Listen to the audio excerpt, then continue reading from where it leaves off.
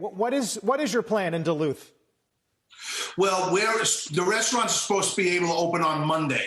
But being that we're more of a middle-serve, finer dining restaurant, I'm going to wait on the sidelines and see how the customers are reacting. We sent out some emails and did some social media polls to our guests in our database, and about 65% are talking about not going out right away. So 35 to 40 said they would come and support us with spreading out the tables and doing everything we're going to do. And then 20% overall said they would support us on takeout and curbside. Interesting. So I don't want to get too much into the politics, but two questions. Do you think Governor Kemp's doing the right thing in opening the door for businesses to decide for themselves? And what will constitute for you a sign that the consumer really is ready? Well, already the feedback, getting 40%, 35, 40 saying they will come is actually a very positive thing. Georgia is not New York, so the fear is not as eminent, right? Now, fear is no different than a virus. Fear infects the same way as positive energy does. Governor Kemp, I believe, in the right way, is somehow trying to get something started. We, the people, the customers, the owners, have to adapt. We can't look for complete control of the government to run our lives every day. So somehow people want to get going. So I think the process, somebody has to take the risk and try to move the ball rolling forward. Willie, I'm wondering how you manage the process with employees and with customers, because there are some employees, when you bring them back in, they're going to be on the payroll again. That means there may be some benefits that they're not eligible for. That's going to require a lot of communication from you. Also, if opening up does have negative health consequences, it's probably going to take at least a couple of weeks to see those. So what's your plan both in communicating to employees and on watching the results to see if it really is safe to open up more and more? So priority number one is employee safety, then guest trust.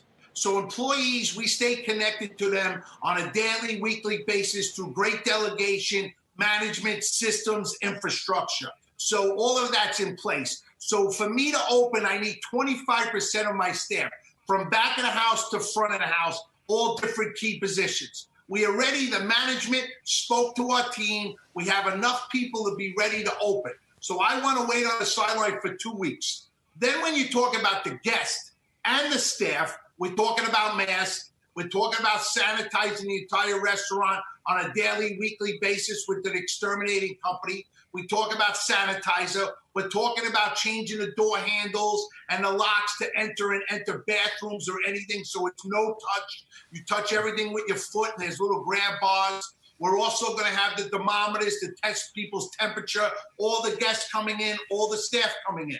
So we have to win the trust of the staff and the guest as well, so the people who love the brand will understand we're doing everything in our power to protect them and the staff as well. Willie, it sounds like you're already taking a lot of actions, even though you're not ready to reopen yet. In terms of this process, I'm curious, how does the liability piece of this fit into your decision? It's certainly been a big debate about who ultimately, as we start to see different businesses, different parts of the economy open up, who could be responsible if, heaven forbid, you do start to see a resurgence of COVID cases and subsequently lawsuits tied to them?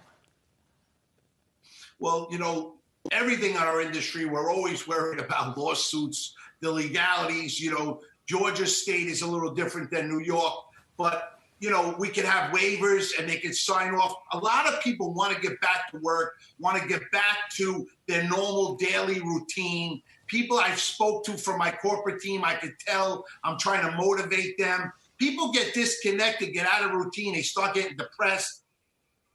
They start dwelling on the doom and gloom. They think things are never going to get better.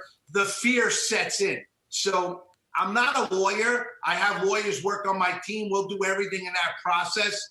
I try not to think that negatively. I try to think the positiveness and keep it to a minimum. But I think a lot of great people are working on this virus and working on cures and medications and steps and we as America are getting smarter and smarter by the day. Yeah, that's what definitely we're all pinning our hopes on, Willie. I'd love to get your take on one thing. We've been getting commentary from the casino companies, the CEOs who've been operating in Macau for years, and their point is generally people in Asia are used to this. They know how to be germaphobes by habit, and that's something that Americans are going to have to learn how to do. How do we do that when we have that American optimism and that sort of individual freedom, the cowboy culture that sort of defines this country? Well, what's different? You know, we adapt as people, right? America's been the land of the free. We've had terrorist attacks, 9/11. We adapted after that. Insurance companies adapt. Businesses adapt. People adapt. So, you know, in the thick of things, we've lost thousands of people, which is so sad and it's horrible. But I'm always trying to take the positive in it. I've seen a lot of Asian people in this city, and when I'm traveling abroad all over the world, always wearing masks on airplanes and everywhere. So it is a norm to them. It might be our new norm.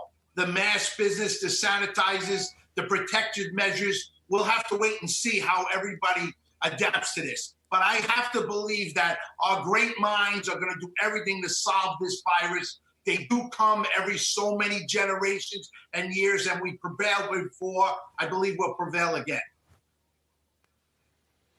Willie, we're going to ask you to keep us updated. Viewers really love hearing from you and listening to your thoughts on this whole issue. Take care of yourself. We'll see you soon. Can I talk about one other thing, Carl? Yeah. Yeah, so the funding, like I'm working with Bank of America, I'm having a hard time getting my PPP money.